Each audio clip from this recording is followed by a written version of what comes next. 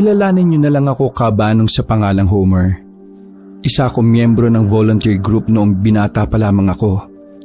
Isinali ako noon ng tiyuhin ko na namatay din kalaunan.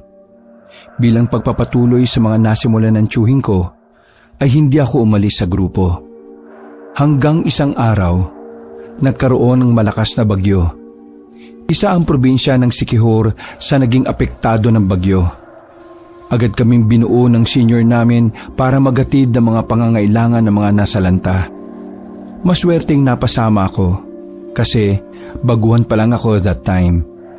Pakibilisan naman niyang pagsakay sa truck, ano ba?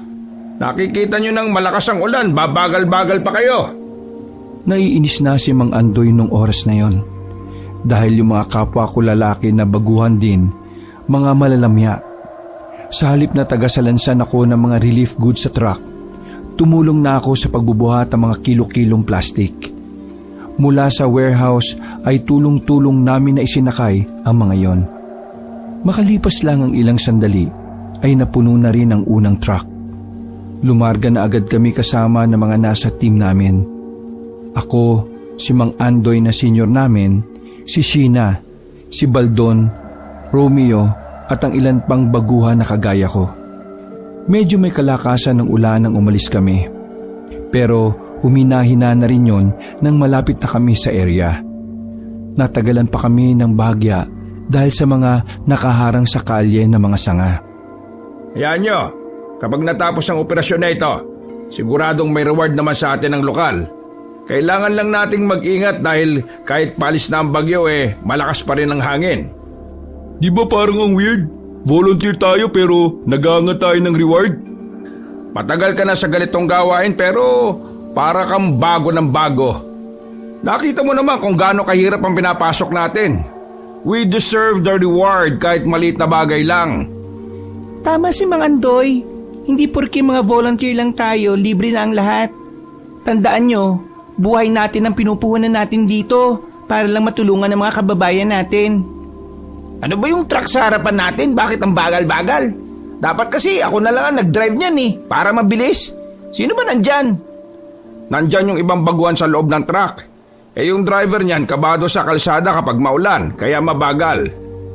Hoy, ikaw dyan! Oo, ikaw na bago. Ano nga pangalan mo? Napatingin sila sa akin sa bandang dulo ng van. Homer po. Nakasama po ako last time sa project Balik Eskwela nung nakaraang June po. Pasensya na, nakakalimutan ko ikaw ba? Ayos lang ba sa itong gagawin natin? Kung natatakot ka pwede ka namang umatras. Ay, hindi po ako natatakot. Isa pa, gusto kong ituloy yung mga nagawa ni Tito Berting. Sandaling lumingon sa akin si Mang Andoy habang nagmamaneho. Pamangkin ka ni Berting? Nako, di ikaw na ang paborito kong kasama ngayon. Patalik na kaibigan ko yung si Berting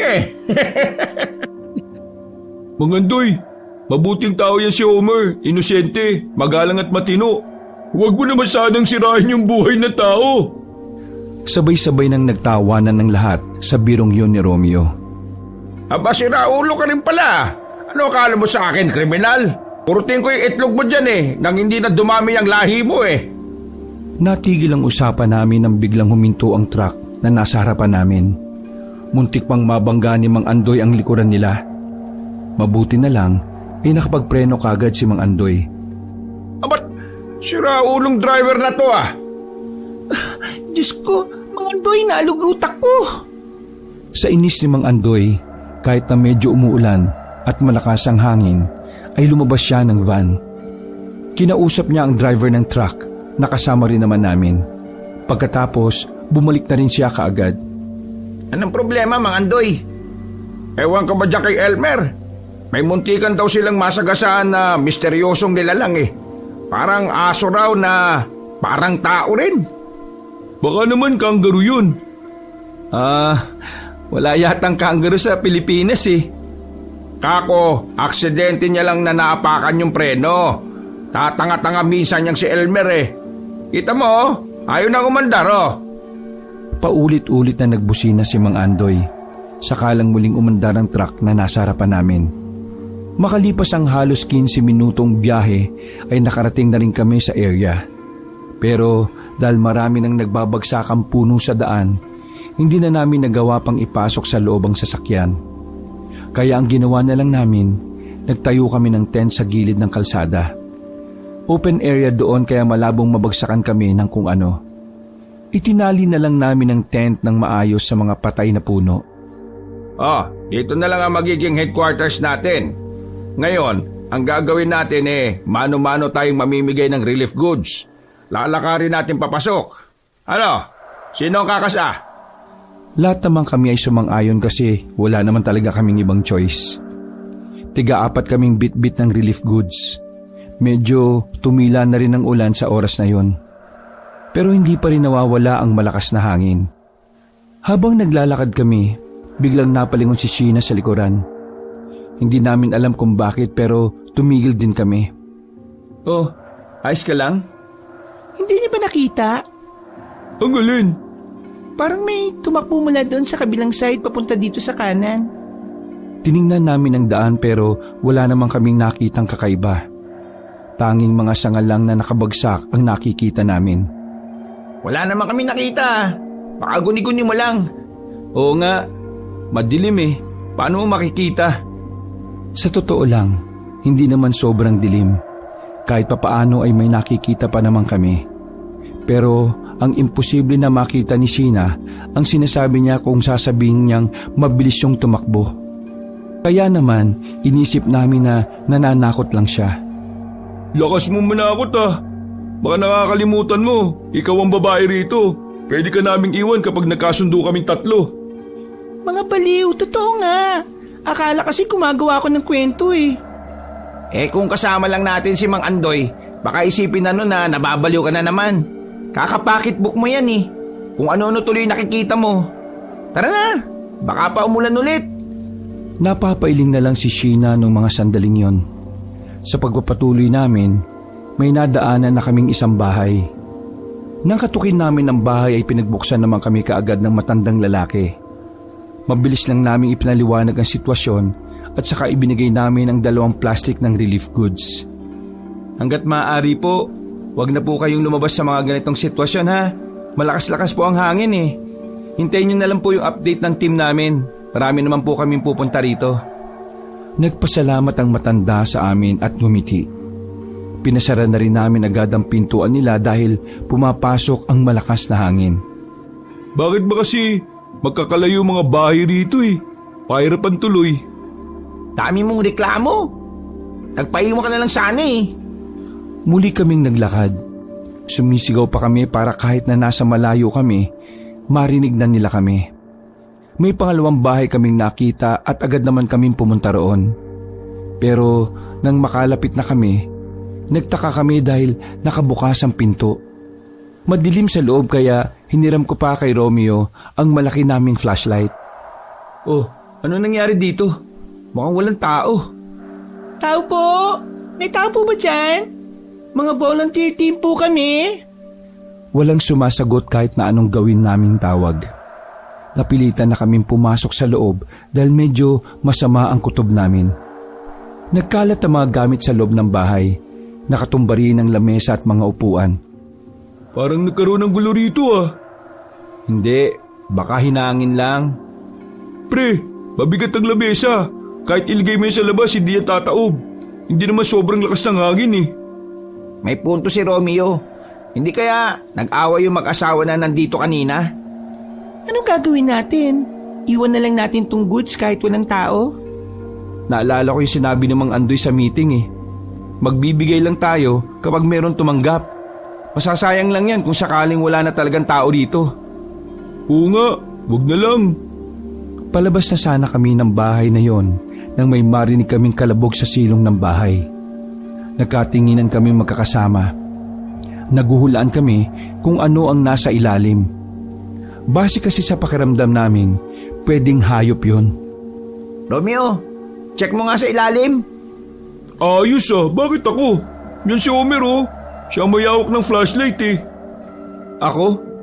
O sige na nga, takot ka lang Nagpresenta na akong lumabas kabanong. Pero aminado akong may kaunting kaba ang nabubuo sa kalooban ko. Tinutukan ko ng ilaw ang silong ng bahay pero wala na akong nakita roon. Wala naman eh. Pagsabi kong yun ay lumabas na rin sila ng bahay. Baka guni-guni ulit. Hanip naman na guni-guni yan. Sabay-sabay pa talaga tayo Sa mga nakalipas na mga sandali ay naging maayos naman ang pagbabahagi namin ng mga relief goods.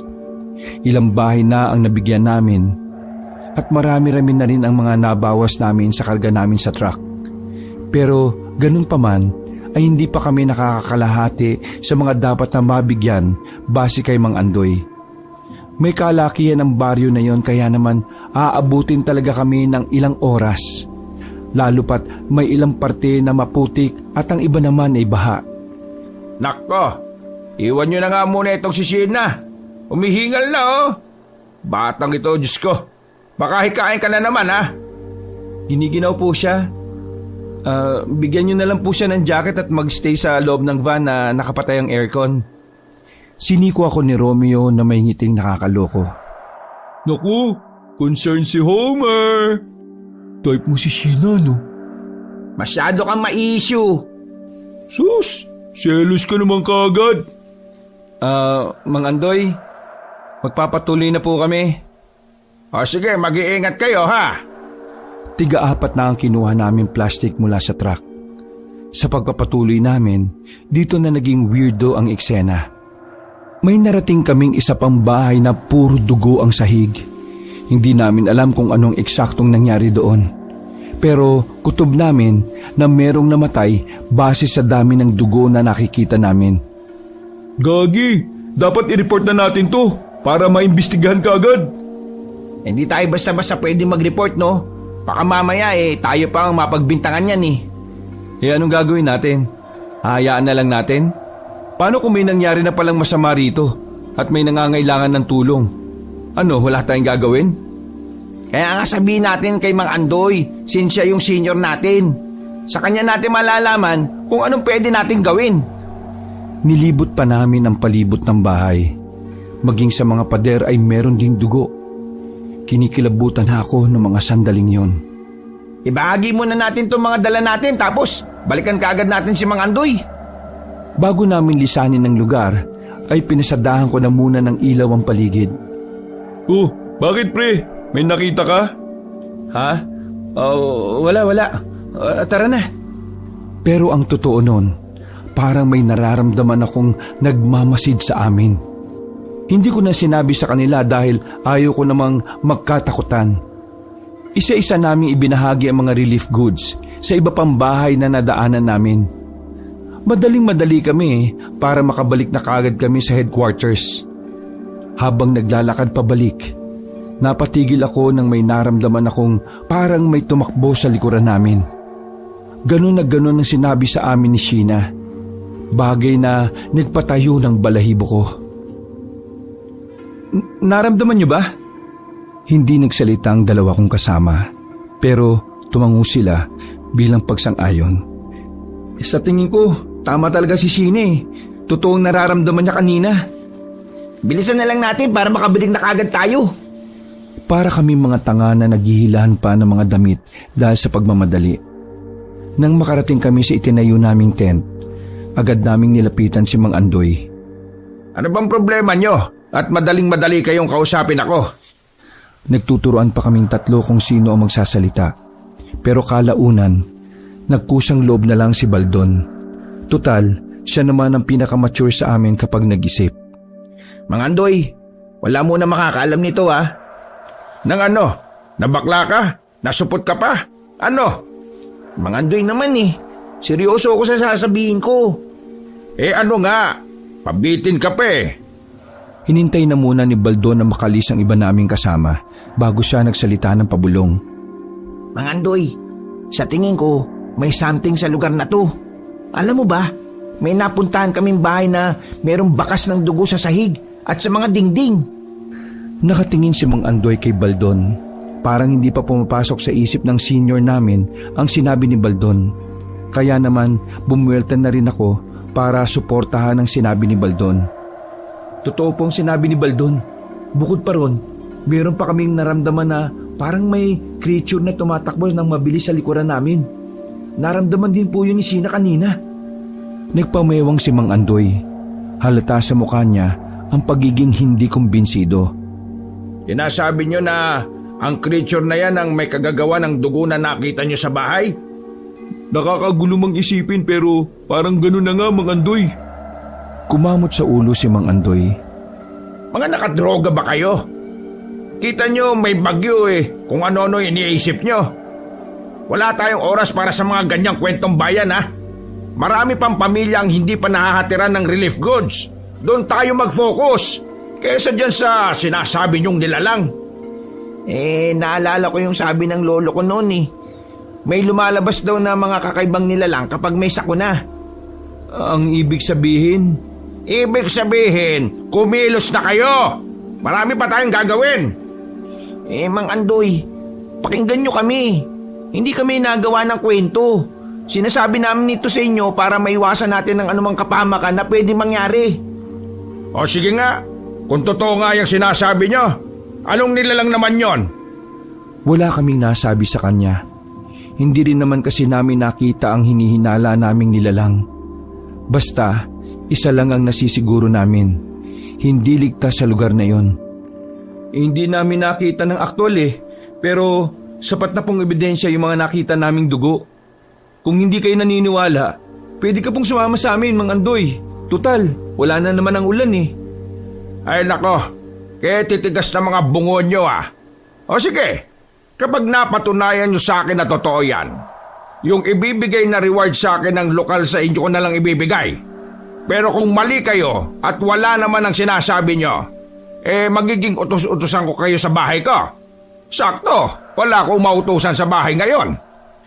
Medyo nag-alangan ako sa deal na sinasabi ng senior namin. Pero nabigla ako nang biglang pumayag si Baldo at Romeo. Kaya pumayag na lang din ako. O tara, puntahan natin yung sinasabi nyo.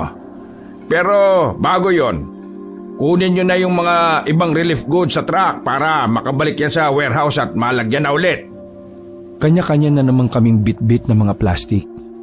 Ang kukulit nyo magiging utusan ko kayo sa bahay kapag wala kayong napatunayan sa akin. Dadaling ka namin sa bahay kung saan namin nakita yung dugo. Tapos, ikaw ay tuturo namin killer. Huy, masama yan Sa kalagitnaan ng paglalakad namin ay biglang lumakas ang hangin. Parang kakaunti na lang ay tatangay na si Romeo sa sobra niyang payat.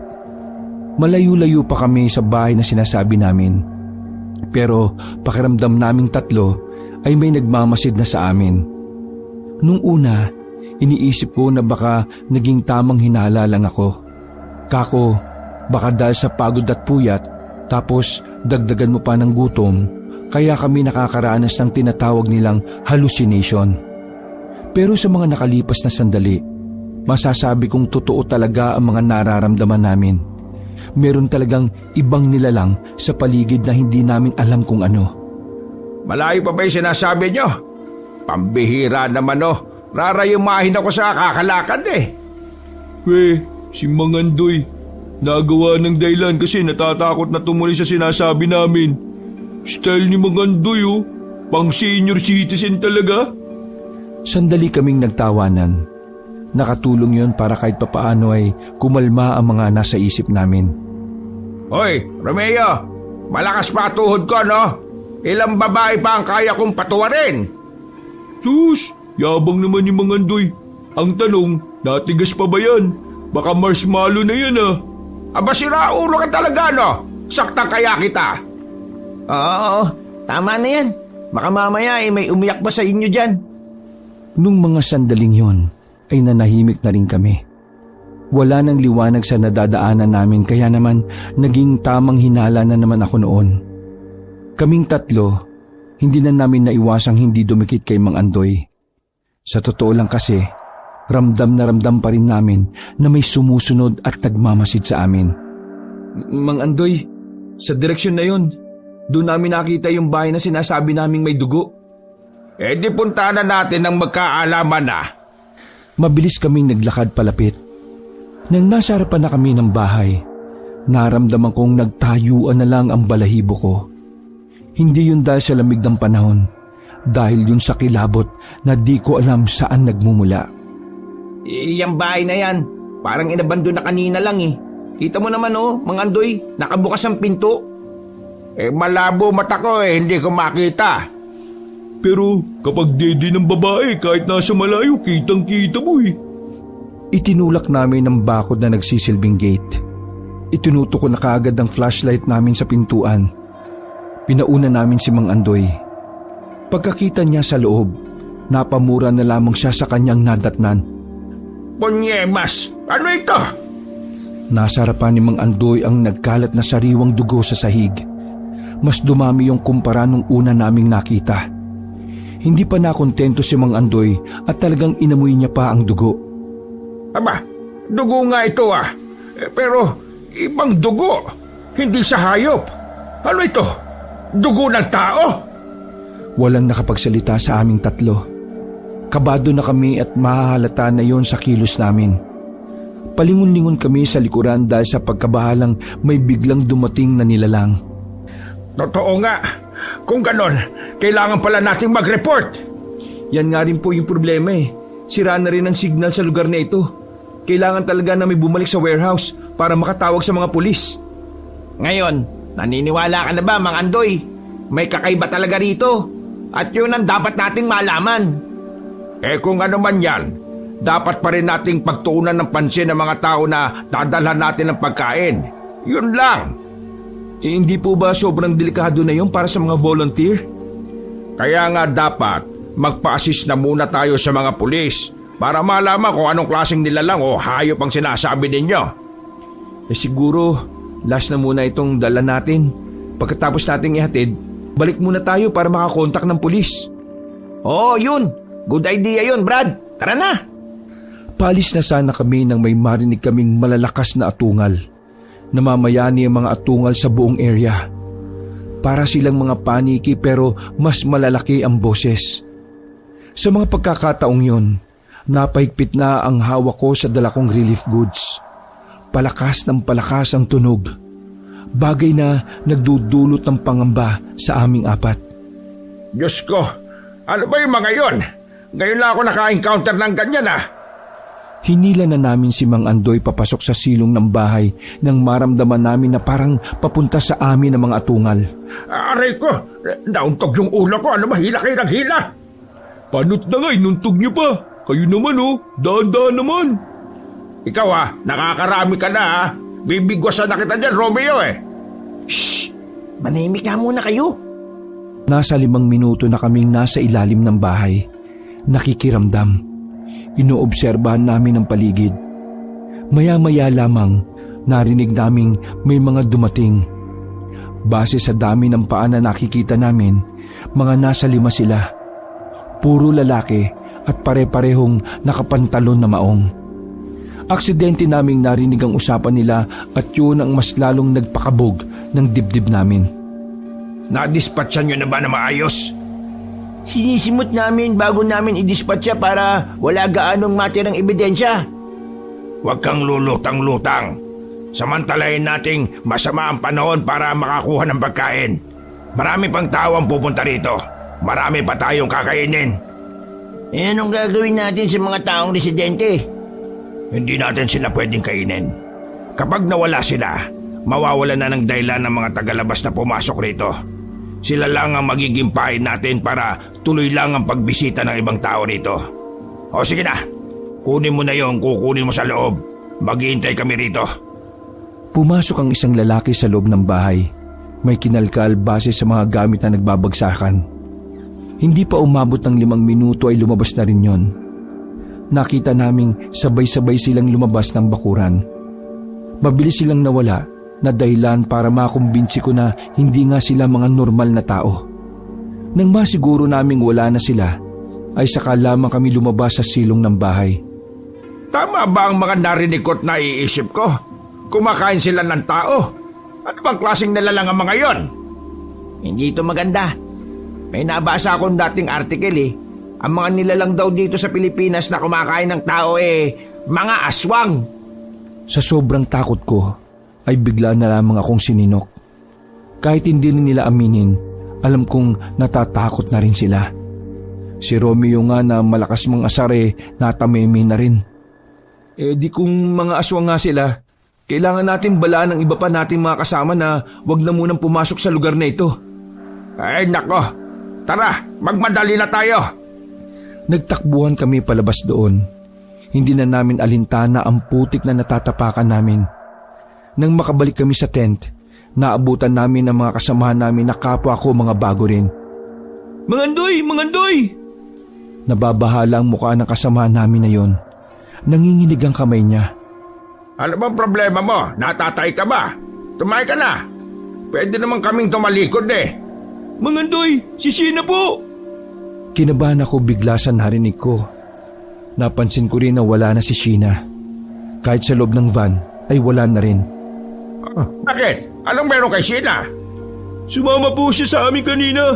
Ayaw nga sana namin kasi sabi niyo ipagpahinga siya. Pero mapilit eh. Kaya sinama na namin.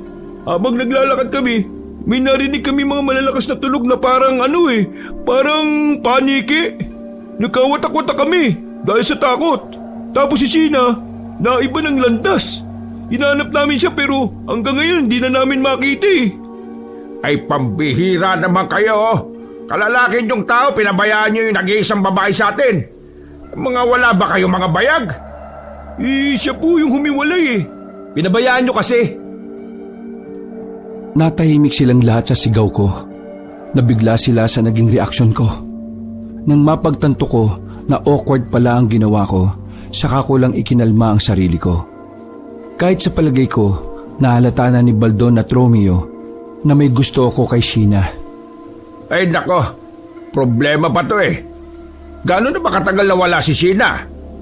Magki-15 minuto na po. Huminga muna ako ng malalim. Nakabuo agad ako ng desisyon kahit na alam kong delikado na bumalik pa. Lalo na't natuklasan namin na meron ng talagang kakaibang nilalang doon o yung hinihinala naming aswang. Babalik ako para hanapin si Sheena. Siniko ako ni Romeo at napangiti-ngiti pa ang loko.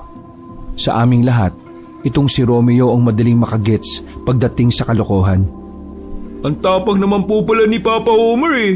Ililigtas si Sheena sa mga masasamang alien. Hoy, Homer, magtigil ka nga. Baka nakakalimutan mo.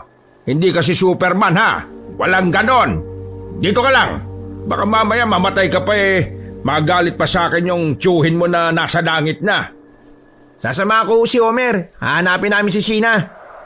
Aba, ano akala mo? Ikaw naman si Batman? Hindi kung ganun, sasama na rin ako sa kanila. Ay nako, isa pa itong feeling superhero. Ay sino ka naman ha? Pambihira kayo. Tawagin niyo lang akong Captain Barbell. Captain Barbell ang putik. Baka Captain Barbie. Ay nako, Diyos ko kayong tatlo. Kapag napahama kayo sa gagawin nyo, damay-damay tayo rito eh. Kokontak na lang muna tayo ng mga pulis. May papauwiin ako sa warehouse. Damay-damay na rin naman po tayo kapag may nangyaring masama kay Sheena eh. Hindi pwedeng maghintay tayo ng tulong. Kapag wala tayong ginawang aksyon ngayon, habang lumilipas ang oras, malaki ang tsansa na nalalagay na sa panganib si Sheena.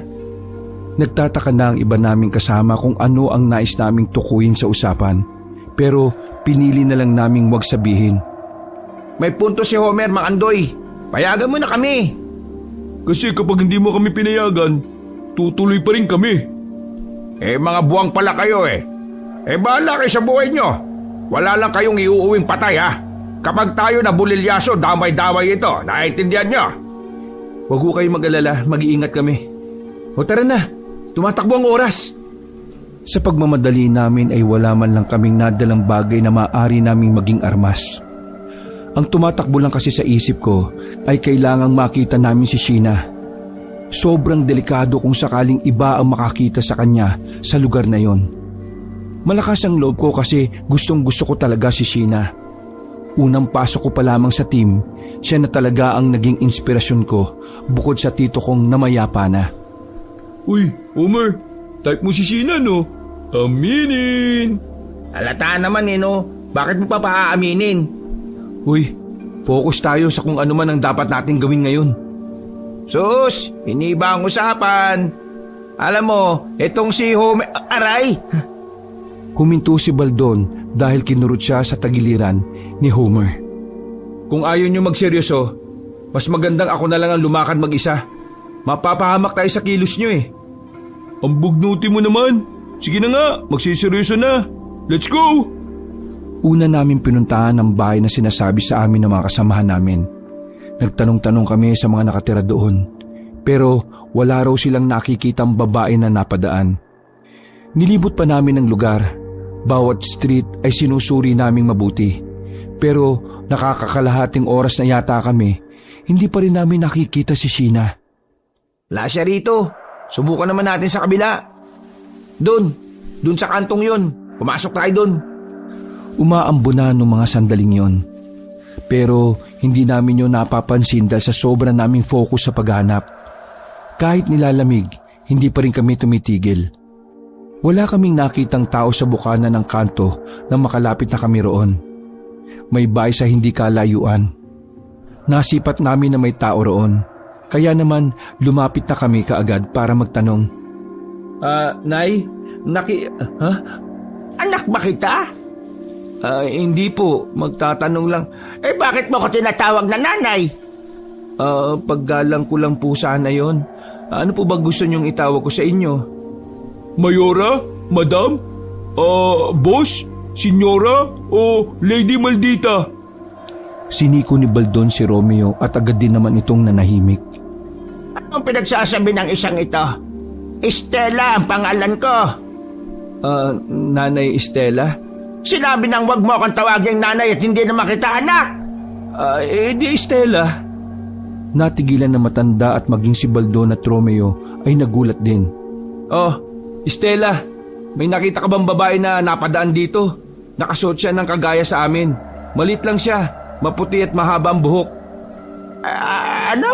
Babaeng maganda? Oo, Estela. Nakita mo ba siya, Estela? Oo, tama. Sa katunayan humingi siya ng tulong sa akin pero tinaboy ko. Nagsalubong ang kilay ko sa narinig ko. Bakit yun naman itinaboy? Naliligaw po yun tinawag niya akong nanay wala naman akong anak na naliligaw. May saltik yata itong sinanay. Maniniwala ba tayo dyan? Muli kong binalikan ng tingin na matanda. Wala ba siyang ibang kasama? Kasama? Wala. Siya lang. Doon siya papunta Siguro mga mag-iisang oras na rin yon. Doon, diretso. Sige ho. Maraming salamat, Estela.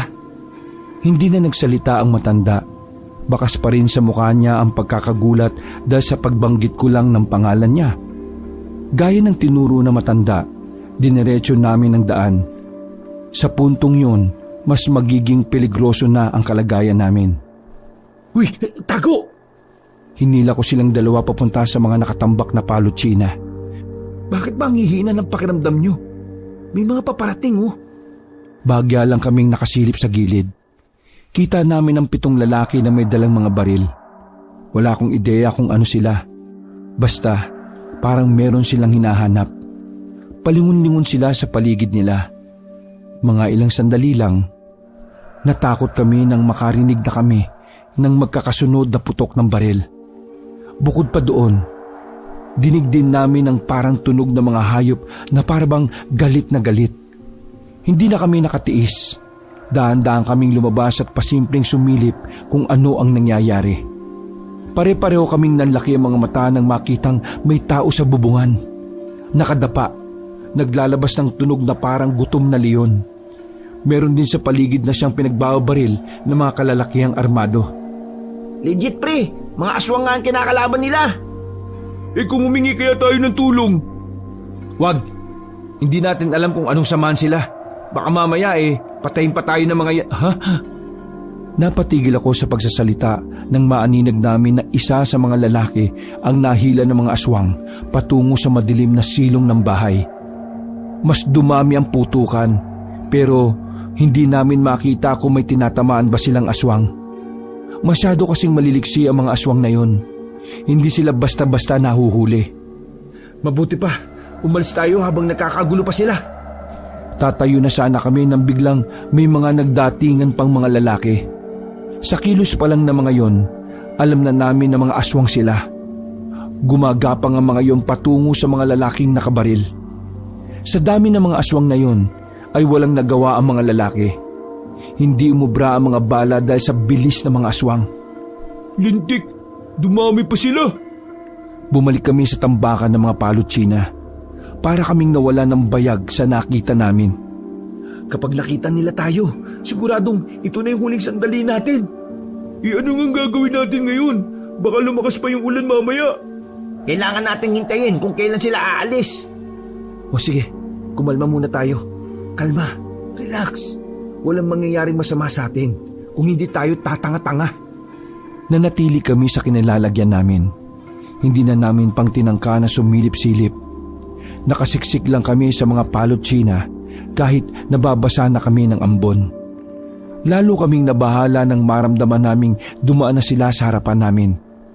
Medyo mapalad kami nung oras na yon kasi naambon. Sa pagkakaalam ko kasi, mahina ang pang-amoy ng mga aswang kapag basa ang paligid. Lalong-lalo na kung umuulan. Kakasiksik namin sa gilid, natapakan ko na pala yung hinliliit ni Romeo na namamaga dahil sa ingrown niya. Napaaw si Romeo na siya namang nakaagaw ng atensyon ng mga aswang. Ramdam namin na sa amin na ang direksyon ng mga tingin nila. Tingnan nyo kung tao ba ang nandyan. May dalawang aswang na papalapit sa amin nang biglang magpanggap na pusa si Romeo. Ngumiyaw siya ng ngumiyaw. Mabuti na lang ay gayang-gaya niya ang tunog ng isang totoong pusa. Boss, kuting lang. O tara na, maghanap pa tayo ng mga manunugis. Sagabal sila sa mga plano natin. Nang makalis sa mga aswang, ay nakahinga na rin kami ng maayos. Naiyak-iyak si Romeo dahil sa pag-apak ko sa daliri niya. Kahit wala na mga aswang, ay ngiyaw pa rin siya ng ngiyaw dahil sa kirot. Ang galing ng ginawa mo, pre. Sinaulo ka. Mas matatanggap ko pa kung aapakan mo ang pagkatao ko eh. Bakit naliri ko pa talaga na may ingrown? Tanggal mo na kasi yan eh, para wala nang masakit. Ay, sorry naman. Di ko naman sadya eh. Ano nang gagawin natin? Saan natin nahanapin si Sheena? Kung doon naman tayo pupunta, delikado. Dahil doon pumunta yung mga aswang eh. Kung doon naman sa kanto na yon, pwede. Pero masyado tayong malalantad. Baka naman may makakita sa atin. Di bumalik na lang kaya tayo. Hindi pwede. Sabi na matanda, sa direksyon na ito pumunta si Sheena. O sige, ganito na lang. Kung nag-aalangan kayo, ako na lang muna ang tatawid sa kabilang kalsada. Kapag may ibinato ako sa inyo, ibig sabihin, pwede na kayong sumunod. Wow! Nakakabilib ang katapangan mo ha. Ganyan ba talaga kapag gusto mo ang isang babae?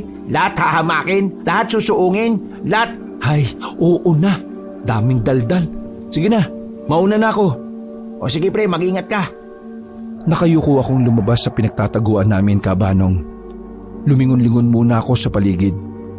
Pasimple akong tumakbo papunta sa kabila.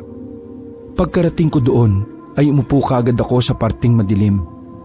Tumingin ako sa loob ng kanto. Wala akong nakikitang tao. Sinuri ko na muna ng mabuti kung may paparating. Tumingin ako sa kanan at sa kaliwa. Nang masiguro kong ligtas na, naghanap ako ng bato.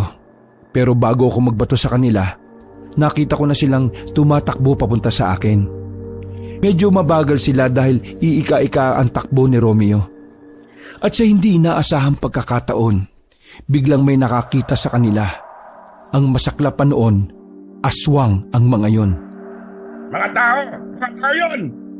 Diyos ko! Ang tatanga talaga! Hindi na ako nakatiis. Sinalubong ko na sila at hinila ko na sila, Romeo. Mabilis kami pumasok sa may kanto at nagtago naman sa nakaparadang truck na abandonado. Ang tatanga nyo naman eh! Bakit kayo lumabas kaagad? May aswang na sa likuran namin eh. Alangan naman maghintay pa kami kung kailan ka magbabato. Adik ka ba? Tama si Romeo. Bumalik kami kasi yung mga aswang. Dapat hindi ka na muna kasi tumawid eh.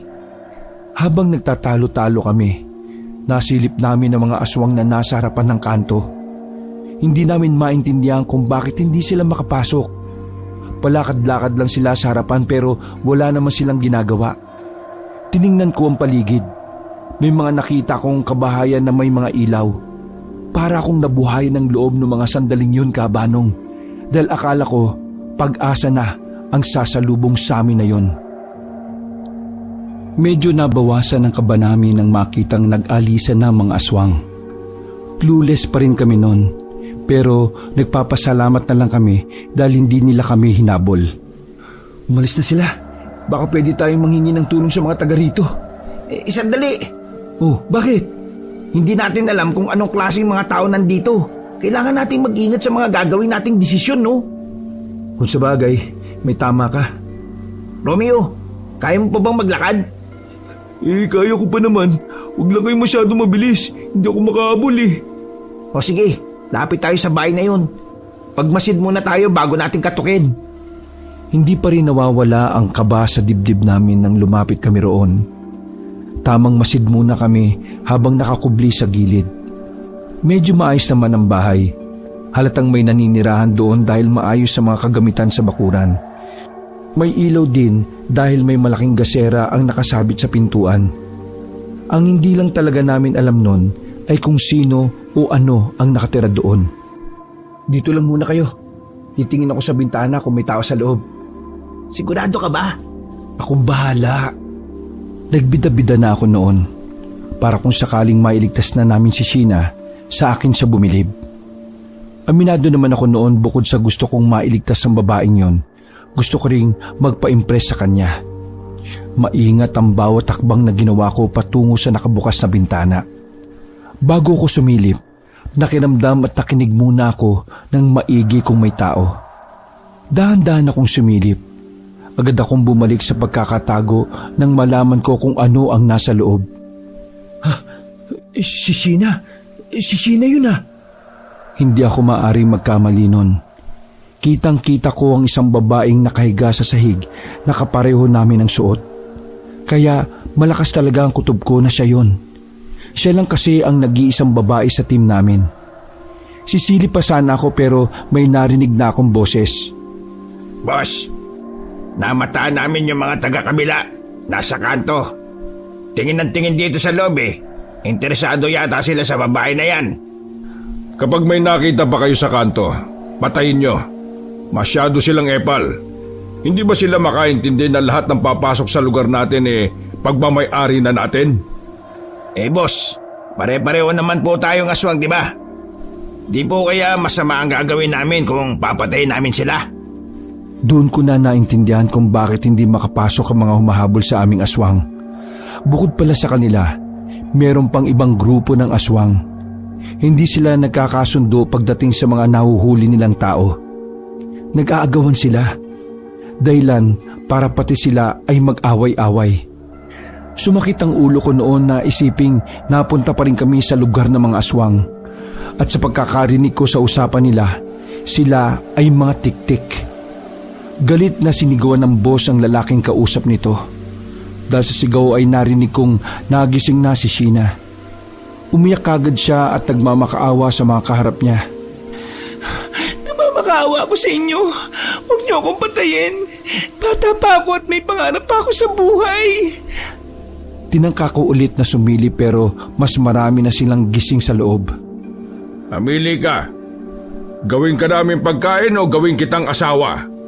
Ang ganda mo Ayaw kitang maging asawa. Aswang ka eh. Kasi kapag naging mag-asawa tayo, kakainin mo rin ako. Napailing ako sa narinig ko. Teka, double meaning yata yun ha? Pasensya ka na, Binibini, pero kailangan ng mga bata ang pagkain. Maswerte ka pa nga dahil sa amin ka napunta. Kung sa kabila ka, kinain ka na on the spot, literal. Nakikiusap ako. Sige na, patakasin mo na ako. Meron ako mga kaibigan, sila na lang. 4 sila. Pero wag na yung matanda kasi pabulok na yun eh. Yung 3 binata. Si Baldon, walang bisyo. Kaya malinis pa laman loob nun. Si Romeo, malakas mag-inom. Wala rin kayo mapapala sa utak niya. Walang laman eh. Pero pwede nyo naman kainin kasi may karne naman. Si Homer, baguhan lang sa amin yun eh. Tingin ang tingin sa akin parang manyak. Pero matalino yun, wala ring bisyo. Dismayado kong napabugan ng hangin. Walang hiyang Sheena yan. Nagawa pa kaming ibenta. Ang dami mo palang offer. Pero wala naman sila rito eh. Ikaw lang ang nandito kaya wala tayong magagawa. Kailangan mong tanggapin ang kapalaran mo. Isipin mo na lang na baboy ka. Nabuhay ka para maging pagkain. Hindi na nakapagsalita si Sheena. Tinapala na yata siya sa bibig. Bantayan nyo na maayos ang babaeng yan ha. Hahanapin pa namin yung ibang volunteer na kasama nito. Nakita kong naglabasan na ang ibang miyembro. Yung pinakamatangkad doon ng palagay ko ay siyang boss nila. Daan-daan akong sumilip ulit. Nakita kong 2 lalaki na lang ang nagbabantay kay Sheena. Ang ginawa ko, binalikan ko si Baldon at si Romeo. Napagtanto kong hindi ko pala dapat sinusolo ang gawain na yon. Baka ikamatay ko pa kung ako'y mag-isa lang. Kaya naman, hiningi ko ang tulong ng 2. Ang tagal mo naman bumalik, nilalamok na kami rito. Oh, anong datos? Mga pre, si Sheena nasa loob. Eh di kunin na natin siya. Sandali, hindi tayo pwede magpadalos-dalos. Mga aswang rin pala yung nasa loob eh. Mga pre, lugar din ng mga aswang ang napuntahan natin. Walang niyang buhay to. Puro ba lugar ng mga aswang ang nakapaligid na baryo dito? Eh ilang aswang ang nasa loob? 2. Oh, kaya na yan. Paano? Una ka. Kapag nakagat ka, sunod kami. O sige, una na ako. Teka sandali. Eto no, masyadong seryoso. Mag-isip muna tayo.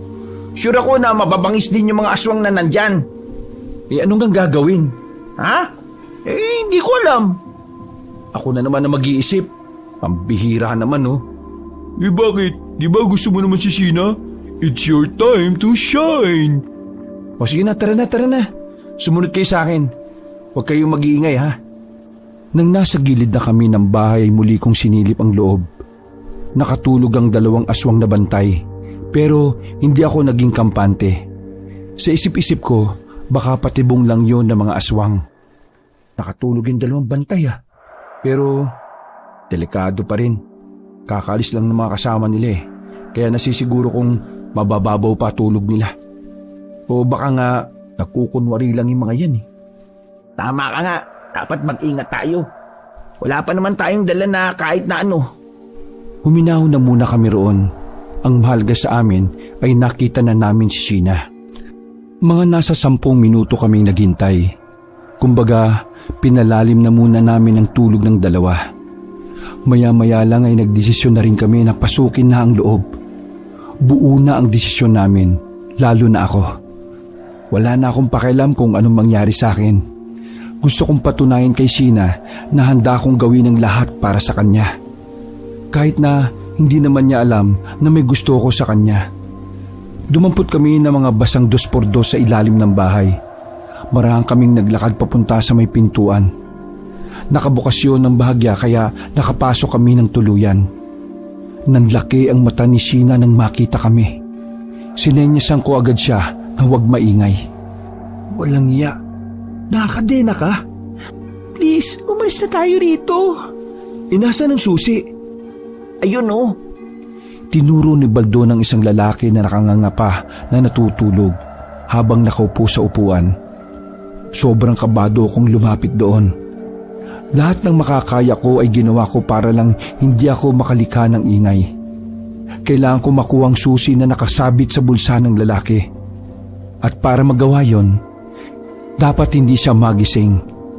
Hahawakan ko na sana ang susi nang biglang bumahing ang lalaki habang natutulog. Tumalsik pa ang laway niya sa mukha ko, pero hindi ko na yung pinansin pa. Daan-daan kong dinukot ang susi. Medyo masikip ang pagkakakapit kaya naman sobrang tagal ko. Ay, kainis naman. Nagulat na lang ako nang patabihin ako ni Romeo. Walang pag-aalinlangan niyang hinugot ng basta ang susi. Nakuha niya ang susi pero akmang gagalaw ang lalaki. Sobrang kinabahan ako. Buti na lang ay hindi dumilat ang lalaki. Baliw ka. Delikado ginawa mo. Kinuha ko kay Romeo ang susi. Nang mapakawalan na namin si Sheena, ay siya namang gising ng isa pang lalaking bantay. Galit na galit ang mukha niya. Kinilabutan kami nang bigla na lang siyang magbago ng itsura. Yan na nga ba sinasabi ko eh? Bago pa makalapit sa amin ng lalaki, binatunan ni Romeo doon ang hawak niyang 2x2. Tinamaan ng lalaki sa muka. Dahilan para matumba ito at mawalan agad ng malay. Nagising ang isa pang natutulog. Mabilis yung lumapit sa amin at tinawakan ako sa liig. Akala nyo may tatakas nyo sa amin ng babaeng yan, ha? Pre, dali! Ano? Ang bagal, ganito lang oh! Inagaw ni Romeo ang pamalo ni Baldon at hinataw sa lalaking sumasakal sa akin. Oh, ano? Tulog, di ba? Basic lang eh. Namangha ako sa ginawa niya. Hindi ko alam na may katapangan din pala siyang itinatago. Gagi, galing mo ah. Oh, mamaya ka na bumilib. Umalis muna tayo rito. Bago pa kami maabutan ng mga aswang doon, ay nilisan na namin ang lugar na yon. Panibagong hamon na naman para sa amin dahil may kasama na kaming babae. Sa mga sandaling nasa kalsada na kami, ay biglang bumuhos ang ulan. Mas nahirapan na kaming makiramdam sa paligid. Gawa nga ng ulan na lang ang naririnig namin. Sumilong kami sa ilalim ng punong mangga. Malakas ang ulan kaya zero visibility talaga. Napansin ko rin na nilalamig na si Sheena. Kaya naman, hinubad ko na kaagad ang damit ko para ipahiram sa kanya. Nagulat na lang ako nang pati na si Romeo at Baldon ay nagubad. Nagkatinginan kaming tatlo. Oo, teka. Bakit? Anong ginagawa nyo? Pinapahiram si Sheena ng damit. Hoy, wag niyong sabihin. Ex ako ni Sheena, no?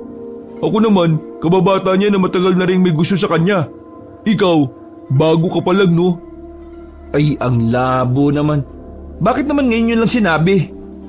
Guys, pwede ba? Huwag niyo na nga munang isipin yan. Ang isipin natin ay kung paano tayo makakabalik sa headquarters. Wait, so all this time, pinagmukha niyo akong tanga? Pinagsasabi mo. Eh bakit hindi niyo sinabi sa akin na may mga history pala kayo ni Sheena? Homer naman, nagtanong ka ba? At saka, hindi naman kailangan. Hindi namin obligasyon, no? Na magsabi sa'yo kung ano. Ay, nakakainis kayo oh. Kung alam ko lang, edi sana. Hindi ko na lang siya ginusto. Wait, gusto mo ko? Hindi na ako nakapagsalita dahil sa inis at hiya. Gusto ko na lang sanang mauna sa kanila pero delikado ng mag-isa. Isang mahabang katahimikan ang dumaan. Medyo tumila na rin ang ulan noon. Ako na ang bumasag ng katahimikan para simulan na namin na maglakad ulit. Tara, sa kaliwa tayo dadaan. Baka may mga aswang dyan sa kanan eh. Dahil dyan tayo galing kanina. Sheena, huwag kang lalayo ah. Dumikit ka lang sa amin. Kapag sinabing takbo, pakibilisan. Tumango si Sheena bilang pagsang-ayon. Bunyemas! Napamura na lang din kami dahil paglabas namin sa puno, sumaktong may mga paparating na aswang. Ang maganda sa nangyari, nakaisip agad ako ng paraan kung paanong hindi kami mapapansin ng mga aswang. Pumunta kami sa gilid kung saan naroon ang mga tanim na gabi. Kanya-kanya kaming dapa. Hindi na namin alintana ang putik o kung ano pa mang amoy ang nanunuot sa ilong namin. Halos 2 minuto kaming ganun lang ang sitwasyon. Ayan, nakalagpas na sila. Tara! Tumayo na kami pero si Romeo ay nanatili lang nakaupo. Hindi siya nagsasalita. Nag-aalala kami kasi baka natuklaw na pala siya ng ahas. Nang puwersahan na siyang itayo ni Baldon, doon na siya nahimasmasan. Ano ba? Ayos ka lang ba? Pre, tapunan ata ng mga bangkay itong area na to eh. Ano? Tapunan ng mga bangkay? Tinuro ni Romeo ang mga nasa lupa. Kinapakapa ko kung ano mga naroon. Nagulat ako nang mapagtanto ko na parang mga ulo ng tao ang nakapako roon. Anak ng tokwa naman oh. Kaya palang sangsang ng amoy dito eh. Hindi na namin kinaya ang hindi kaaya-ayang amoy kaya nilisan na rin namin yon. Malayo-layo pa kami sa paroroonan namin kaya sobrang pag-iingat ang ginawa namin. Naiba na rin ang direksyon namin dahil umiiwas kami sa mga kalye kung saan maraming aswang. Nakarating kami sa mga matataas na talahiban. Hindi namin alam kung saan na kami dadalhin ng daan na yon. Basta, pinagpapasa Diyos na lang namin ang kaligtasan namin nun. Kung sakali mang mamatay ako ngayong gabi, Sheena, pakisabi sa mama ko, may 10,000 akong naipon na nakalagay sa ilalim ng kama ha. Uy, para kang tanga. Bakit ka naman mamamatay? Walang mamamatay sa atin, oh. Lahat tayo makakatakas dito. Oo nga. At saka, asa ka naman na makausap ko ang mama mo, di ba? Galit yun sa akin kasi binasted kita dati. Oh, busted ka pali. Uy, ano naman? Mas kilala ko naman si Sheena kaysa sa... Kumusta naman ako na ex niya, di ba? Kung meron mang hindi kilala si Sheena dito, si Homer yun. Stop, please. Tigilan niyo muna yung mga ego niyo, pwede?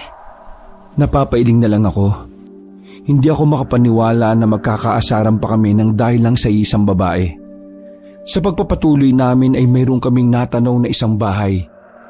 Gaya ng ibang bahay na apektado ng bagyo, gasera lang din ang nagsisilbing ilaw nun. Walang tao sa bahay. Nakasarado ang pintuan, pero bukas ang bintana. Ako na ang nagkusang pumasok sa loob at nagbukas ng pinto.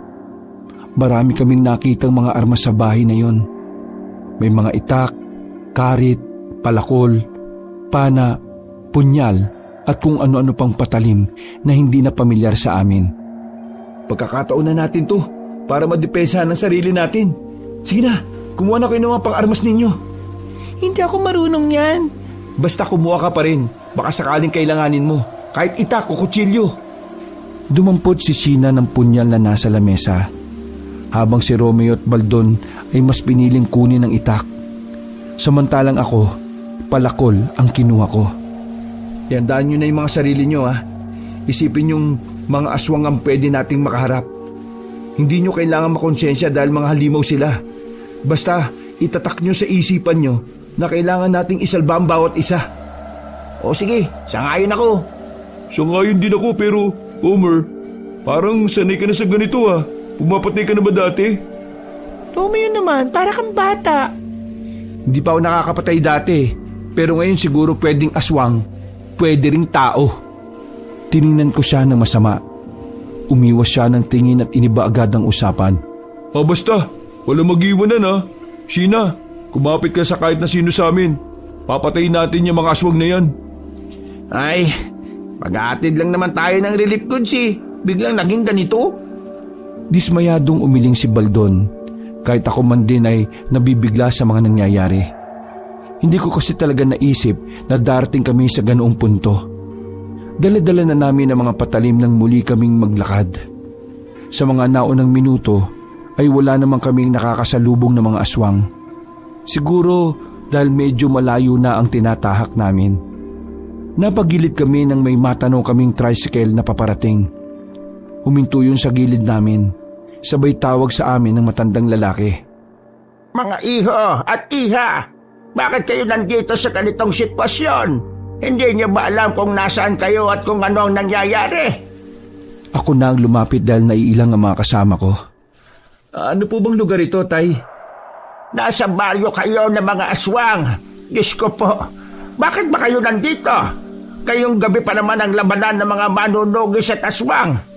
Nako, madadamay kayo, mga taga-saan ba kayo ha? Mga volunteer po kami mula sa bayan.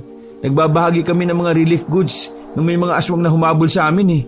Hindi namin alam na ganito po pala dito. Kayo po, bakit po kayo nasa labas eh? Alam niyo naman pong delikado. Pauwi na ako. May inahatid akong mga naligaw rin kanina.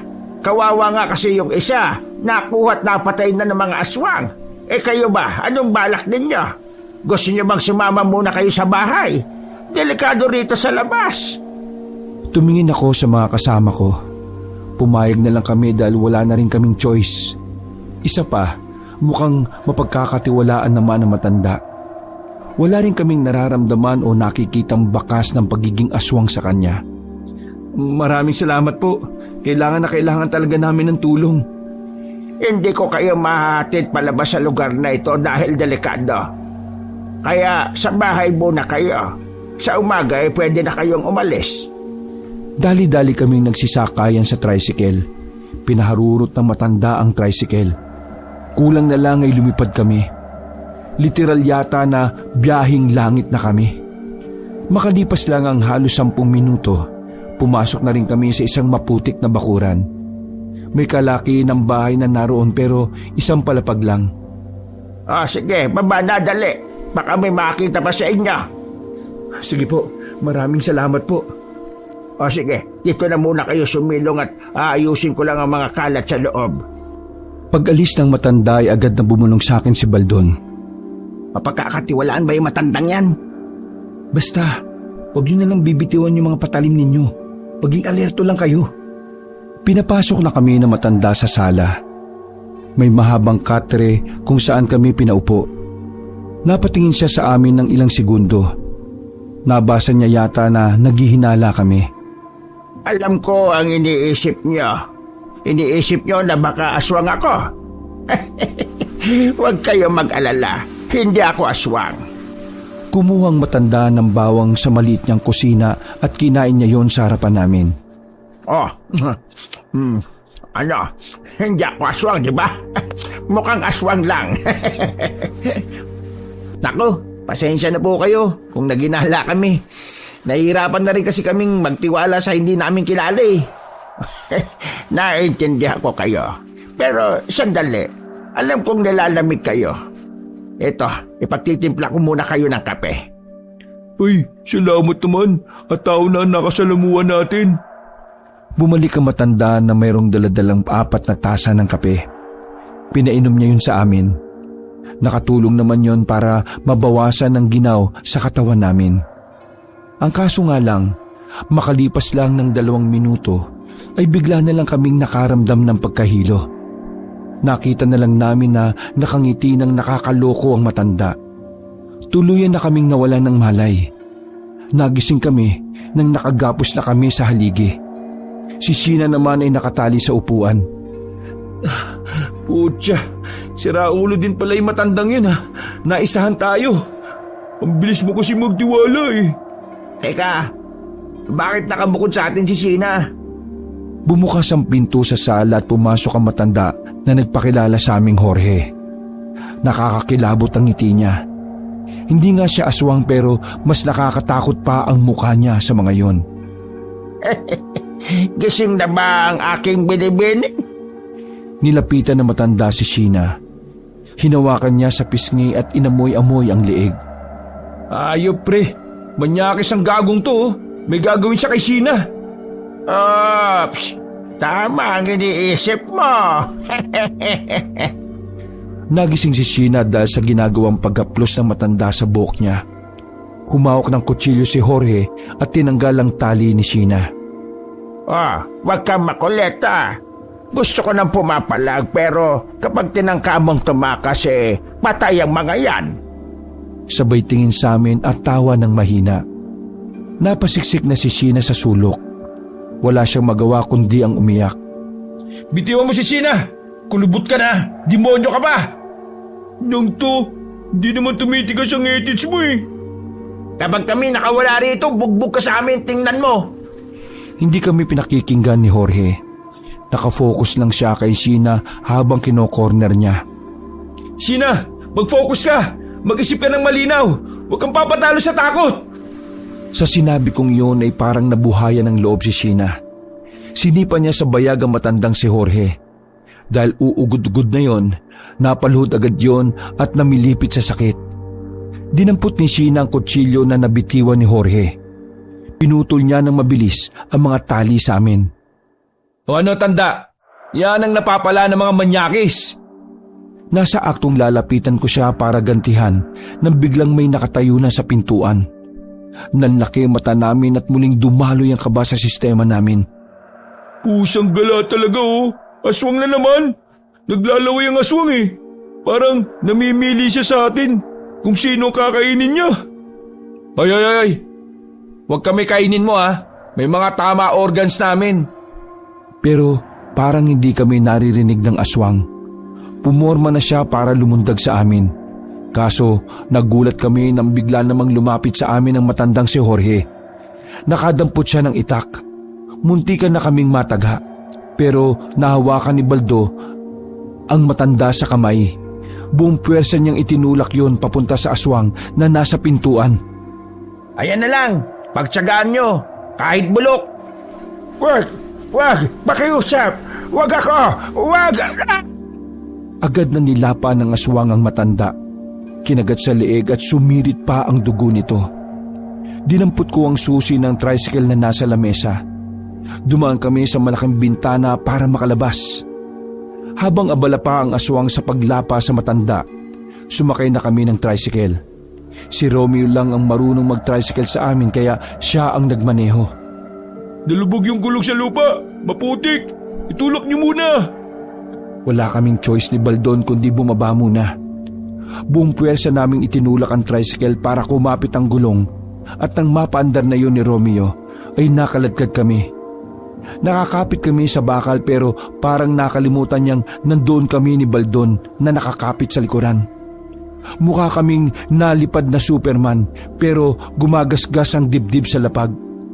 Romeo, ano ka ba? Sila Baldon, oh. Bobo ka ba? Aray, ano ba?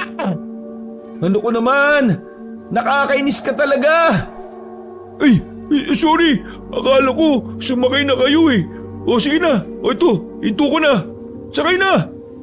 Sumakay na kami ulit ng tricycle at saka pinaharurot na rin ni Romeo. Iniwanan namin si Mang Jorge na nilalapan ng aswang. Diretso lang naman ang daan hanggang sa may matanaw na kami mga poste ng ilaw. Sira ng ibang poste pero may liwanag pa rin naman ang mga natitira. Dahil sa tricycle ni Mang Jorge, nakaalis kami sa lugar ng mga aswang. Malayong inikot namin para makabalik sa headquarters. Walang dalang pulis si Mang Andoy. Base sa kanya, parang iniiwasan ng mga pulis ang lugar na yon. Marahil maging sila ay alam din ang nangyayari doon. Ganun pa man, maswerte pa rin kami dahil nakaligtas kami. Hininto na namin ang pagbibigay ng mga relief goods. Medyo nakaramdam lang ako ng awa sa ilang tao na naroon pa rin sa lugar na yon. Tiyak kasi na nasa peligro pa rin ang mga buhay nila.